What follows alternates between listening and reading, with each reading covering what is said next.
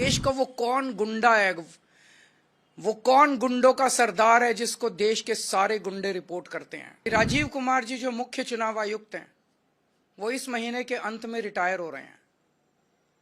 उन्हें post retirement ऐसा कौन सा पद ऑफर किया गया है, वो कौन सा पद हो सकता है जिसके बदले में आप देश को गिरवी रख दो, देश को दांव पे लगा दो। मेरी हाथ जोड़ के राजीव कुमार जी से विनती है, आप अपनी ड्यूटी कीजिए, पद की लालसा छोड़ दीजिए, पद का लालच छोड़ दीजिए। 3-4 साल और नौकरी कर लेंगे। खुलेआम जनता को धमकी दी जा रही है कि बीजेपी में आ जाओ, नहीं तो ये कर देंगे, वो कर देंगे।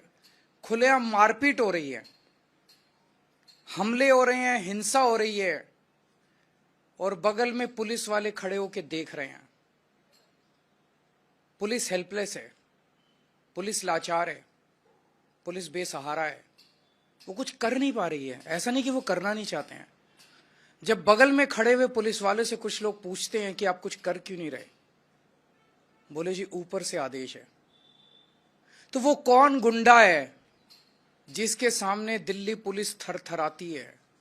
वो कौन गुंडा है जिसके सामने दिल्ली पुलिस लाचार है? वो कौन गुंडा है जिससे दिल्ली पुलिस डरती है? कल की घटना है कि पहली बार ऐसा हुआ होगा कि किसी चुनाव के दौरान पत्रकारों पर इस तरह से खुलेआम हमले किए गए। कल दिल्ली के अंदर मेरे ख्याल से 7 पत्रकारों के ऊपर हमले किए गए।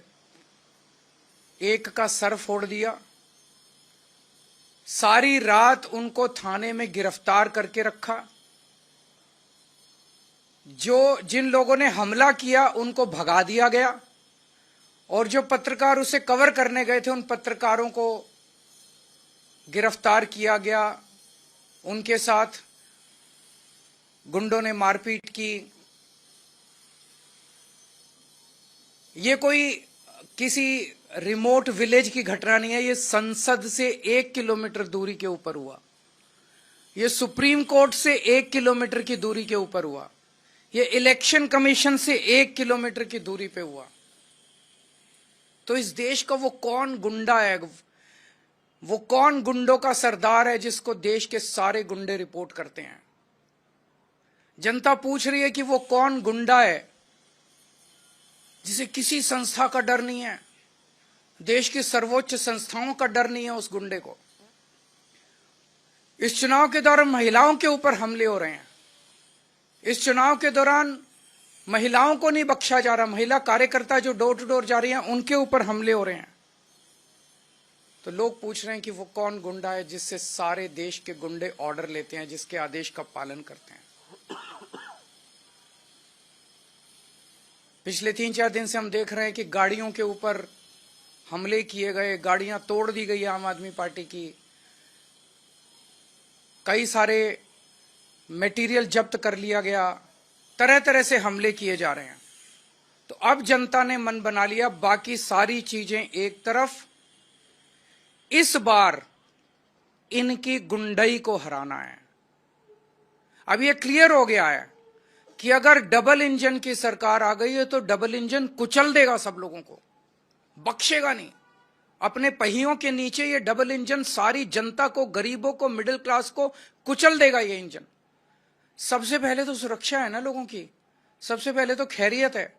अगर अब खुद परिवार ही नहीं बचेंगे, उनके परिवार ही नहीं बचेंगे, उनको इस तरह से डराया जाएगा, फोन कर करके धमकाया जाएगा, तो बाकी सारी चीजें बेमानी हो जाती हैं। तो लोगों ने मन बना लिया है कि अगर चुनाव के पहले इन लोगों का ये हाल है, जब इन्हें हमसे वोट चाहिए, चुनाव के बाद तो ये हम लोगों को कुचल देंगे। तो इस बार लोगों के पास 2 ऑप्शन है। एक तरफ शरीफों की पार्टी है और एक तरफ खुलेआम गुंडागर्दी चल रही है। एक तरफ वोट देने से 25,000 रुपये महीने का फायदा है और दूसरी तरफ टोटल गुंडागर्दी है। इनके कई कैंडिडेट्स ऐसे हैं जो खुद माफिया हैं अपने अपने क्षेत्र के अंदर। अगर उनको वोट दे दिया तो एक तो देश का सबसे बड़ा गुंडा और उसके नीचे कई गुंडे, तो गुंडों का सरदार और सारे गुंडे मिलके दिल्ली वालों का क्या हाल करेंगे, ये सोचने वाली बात है। तो ये गुंडागर्दी दिल्ली बर्दाश्त नहीं करेगी, देश बर्दाश्त नहीं करने वाला। लोग शरीफ हैं, लोग शांति से जीना चाहते हैं। दूसरी बात जो सबके सामने आ रही है, हमारे देश के स्वतंत्रता सेनानियों ने बड़ी बड़ी कुर्बानियां देके देश को आजाद कराया। कई लोग फांसी चढ़ गए। वो इसलिए फांसी चढ़े थे कि देश में जनतंत्र होगा, देश में चुनाव कराए जाएंगे, चुनाव में जनता वोट डालेगी और वोट डाल के अपनी सरकार चुनेगी। लोगों ने इसलिए कुर्बानियां दी थी कि चुनाव निष्पक्ष होंगे, स्वतंत्र होंगे। लेकिन आज जिस तरह से चुनाव आयोग ने भारतीय जनता पार्टी के सामने हथियार डाल दिए हैं, चुनाव आयोग ऐसे लगता है जैसे एग्जिस्ट ही नहीं करता। ये एक बहुत बड़ा प्रश्न खड़ा कर रहा है।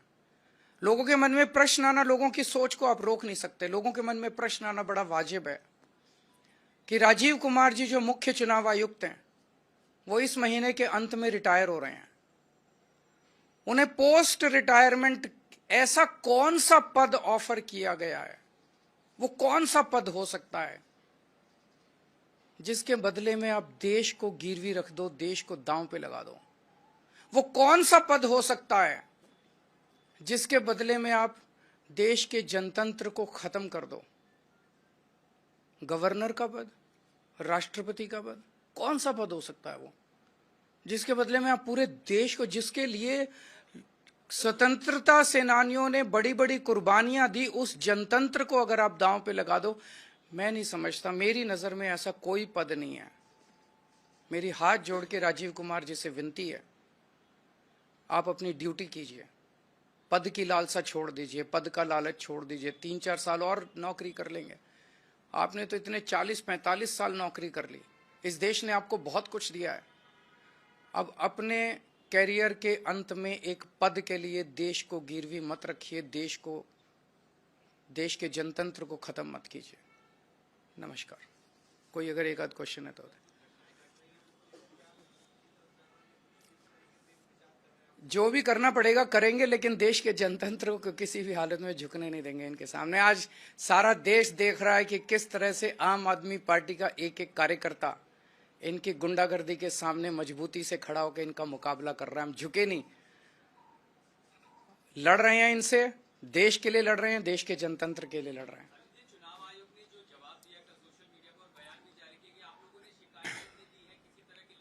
वहां पे बगल में पुलिस वाले खड़े हैं, तो क्या मेरे को आईपीसी की बीएनएस की कोई धारा दिखा दीजिए जिसमें ये लिखा हो कि अगर पुलिस वाला वहां खड़ा है और उसके सामने कत्ल हो रहा है तो जब तक उसको लिखित शिकायत नहीं दी जाएगी वो कत्ल को रोकेगा नहीं।